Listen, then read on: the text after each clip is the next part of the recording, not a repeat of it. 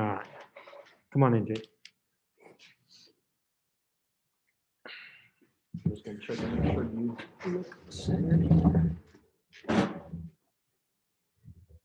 good. Okay. You set back up out here, huh? Yeah. What's up, bro? What up? Hey, Jake. What up, y'all? We good? Yeah, we good. All right. Well, just looking back at that Iowa game, I mean, double for you. I think maybe the most you played all season. Just take me through kind of, how that game went for you, how you felt like you played, maybe the role that you played in that game. Yeah, I thought it was a good game. I thought it was a good team win. In terms of my role, we need an energy guy.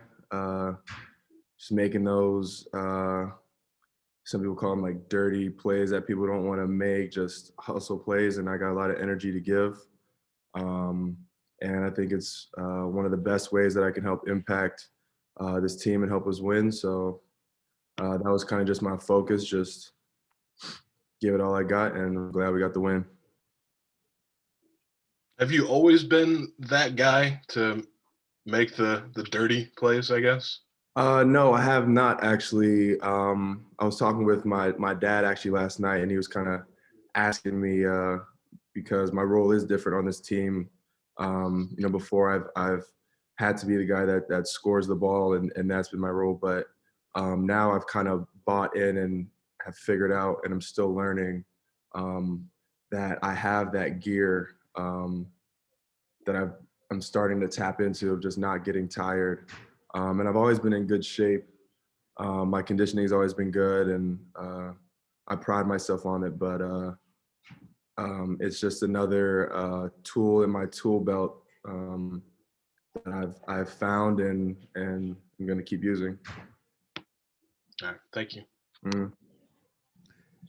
Hey, Jake, building off of that, just how do you change the mindset and change your attitude towards that kind of role after being the guy at other places? That's a good question. I don't know if there's a cookie cutter answer. It didn't happen the first game. We're in February now, so it's a process. In part, buying in completely to coach's philosophies and everything he preaches, and just kind of leaning in to his coaching and just understanding what is needed. And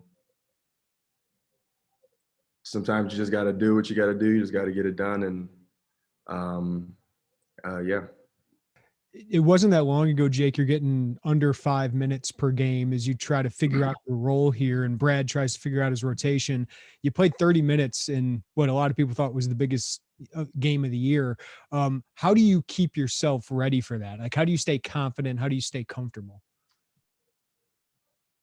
Staying in the moment. I don't know. It's basketball. You got to be ready for whatever. If you're not playing, you got to be completely energetic on the bench. Coach O was talking to me during the Northwestern game, going back of I didn't really play in the first half, and then I was still ready to go in the second half. So I think it's just part of being confident in yourself, being mentally engaged at all times, and just it's just meant to happen if you believe it to be so. And yeah. Thanks, Jake. Appreciate it, man. Mm-hmm. Jake, I'm curious, when you do check in with your dad, like you said you did, what's the conversation? What are you checking in for? What are you talking about? What's the topic of conversation?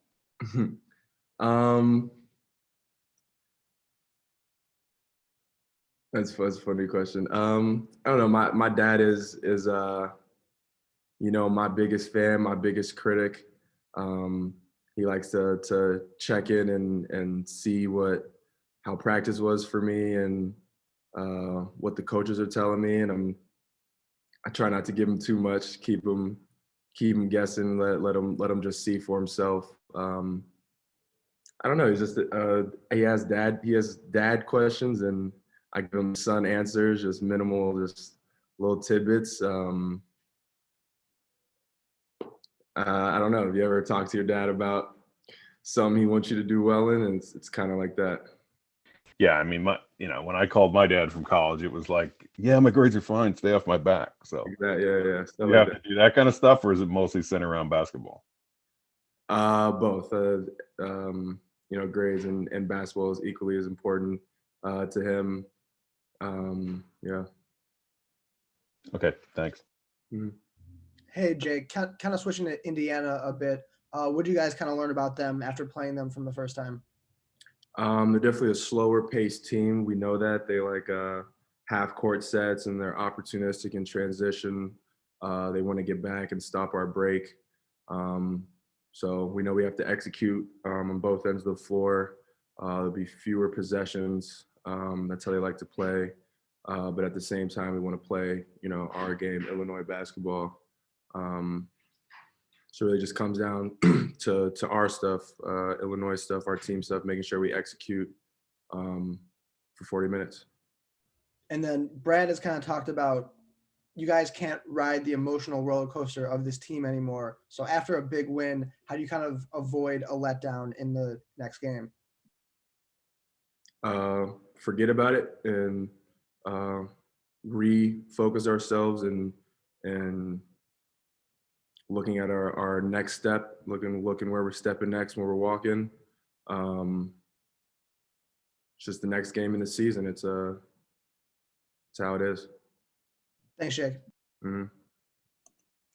Hey, Jake, back-to-back starts here. How did you find out? Do you remember kind of the way that coach told you, and what did that mean to find yourself back in the starting lineup? I don't really think much into it. It's not really about that for me or anyone on the team. We have one goal, which is to win. I forget what day in practice it was, but we knew we were having a shift. And then in practice, he told me I was in the first group for practice, and you can usually tell based off practice, how his rotation is going to look. And then I was just given an opportunity and use it to do everything I can to help us win. You talked about understanding your role. Does that ability to do that come with just being older and being a more mature player? Like if we would have gone back 4 years ago and said you're going to have to, shape your game around a role, would you have been as understanding or able to do that as you are today? I'd like to say I'd have been understanding because it's not like I became unselfish recently. So I don't think I could say I would have had a different response to it years ago, but definitely being older and being able to see and understand what needs to be done at a higher level definitely helps. Thanks, Jake. Mm-hmm. Jake, just theoretically halfway through the Big Ten season with 10 games under your belt, how do you assess where your team is? It's a good question. I think back to my prep school coach, Jay Tilton, that I used to have. And I remember he one time told us, we want to be playing our best basketball at the end of the season. We don't want to just start hot and fizzle at any point. We don't want to fizzle. And I think right now we're in a good spot to kind of hit our peak in early, middle February and kind of start our run where and we had that last year where we kind of felt that we were coming into our own. And I think we are in the middle of that becoming our own. And I like where we're at. I think we're really good. We all talk about and share the same goals of winning Big Ten championship, national championship. So that's a great thing to hear about a team you want to win that they're talking about championships realistically. And as a team, we're figuring out kind of what we need to do and what our groove needs to look like to do that. Anything you could share about what takes it up a notch for you to get towards the peak? What do you mean takes it up a? You said, you're in a place where you feel like you could be playing your peak basketball by the middle of this month. So what's between that and where you are right now? Because you're already playing at a pretty high level. Yeah, I got you. I think mistake-free is a good way to phrase it. Sometimes it's hard to see from a fan perspective how the game breaks down, but when you know like what the scouting report is and understand that, you would have if you knew what the scouting report was, you'd have a better understanding of how things are happening or falling apart. So I think becoming really solid in our scouting report, one of our stats we talk about after the game is how many scouting reports mistakes we made. If you were supposed to go under a guy, you went over and he scored, that's a mistake. So I think our principles are so based off defense that's a pretty good way to gauge it. Because we can all score the ball. We got a lot of talented people on the team, but yeah. Very good. Hey, thanks. Yep. Jake, Indiana is not a very big team. They're not comparatively a very good rebounding team. I mean, compared to the rest of the Big Ten. And so I'm curious as to what your role is playing the kind of like the stretch 4 wing role. Play as hard as I can when I'm out there and try to get everything that happens comes off me playing as hard as I can.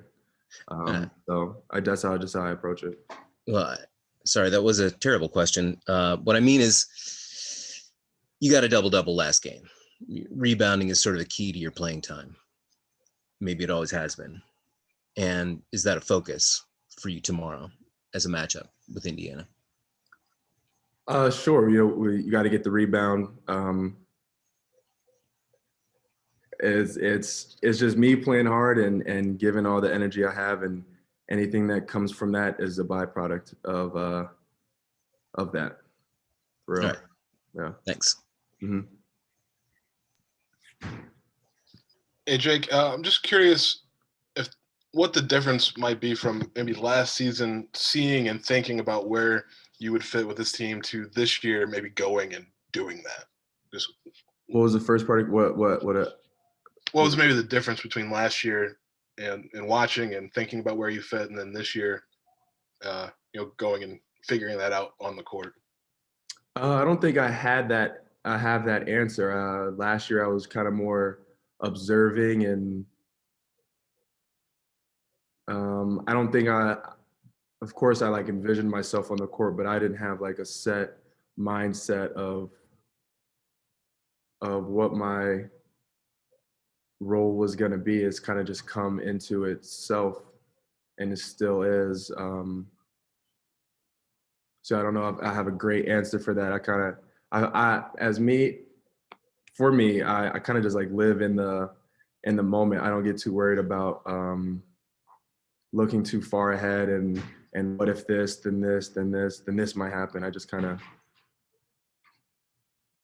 chop the wood and keep hacking at it and hope something good happens.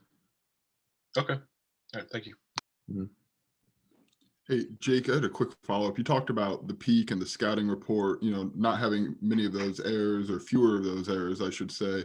Is this something like you guys as players, like you kind of talk about like, hey, we're starting to get to this point, or is it just kind of an unspoken thing that just given the way that the post-game conversations and the reviews are going?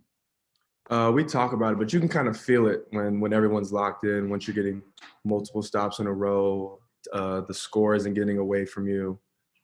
There's definitely key signs that show within the game. We're not talking about it in the game, like don't make that scouting report error, but you can feel it. Yeah, you can see it and feel it. Thanks, Jake. Yep. Okay, anything else for Jake? Did I miss anything? Got everybody? Okay, Jake, thanks for your time.